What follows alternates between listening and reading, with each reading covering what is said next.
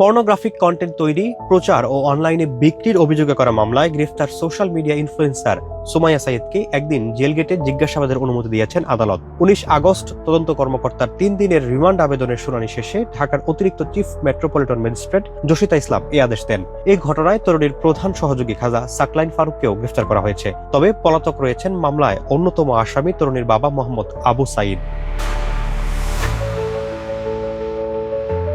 এই ঘটনায় প্রাথমিক জিজ্ঞাসাবাদে জানা গেছে, কয়েকজন সহযোগীর যোগ সাদস্যে সুমাইয়া চক্রটি পরিচালনা করতেন। চাঞ্চল্যকর তথ্য হচ্ছে, সুমাইয়ার বাবা মোহাম্মদ আবু সাইদ মেয়ের এসব অপকর্ম জানার পরও তাতে কোনো ধরনের বাধা না দিয়ে বরং নিয়মিত উপার্জিত অর্থ নিতেন। ডিবি সূত্রে জানা গেছে, গত 10 আগস্ট সাইবার মনিটরিং এর সময় সুমাইয়ার ইনস্টাগ্রাম ও টেলিগ্রাম আইডিতে আপত্তিকর কন্টেন্ট এবং সেসব বিক্রির বিজ্ঞাপন দৃষ্টিগোচর হয়। মোবাইল ফোন ভিত্তিক অর্থ লেনদেনের মাধ্যমে নির্দিষ্ট ফি নিয়ে অশ্লীল ছবি ও ভিডিও বিক্রি করা হতো।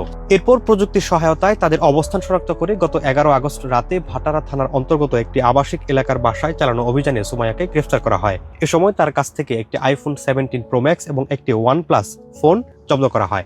পরে সুমাইয়ার দেওয়া তথ্য অনুযায়ী বাড্ডার ঢাকা পপুলার ট্রাভেলস থেকে তার প্রধান সহযোগী খাজা সাকলাইন ফারুককেও গ্রেফতার করা হয়।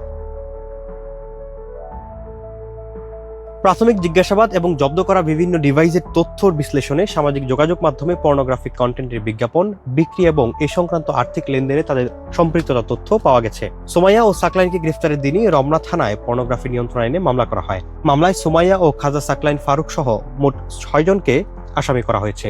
অন্য 4 জন আসামি হলেন সালমান, মাহাতির মোহাম্মদ সিয়াম, শাকির মাহমুদ এবং তরুণীর বাবা মোহাম্মদ আবু সাইদ।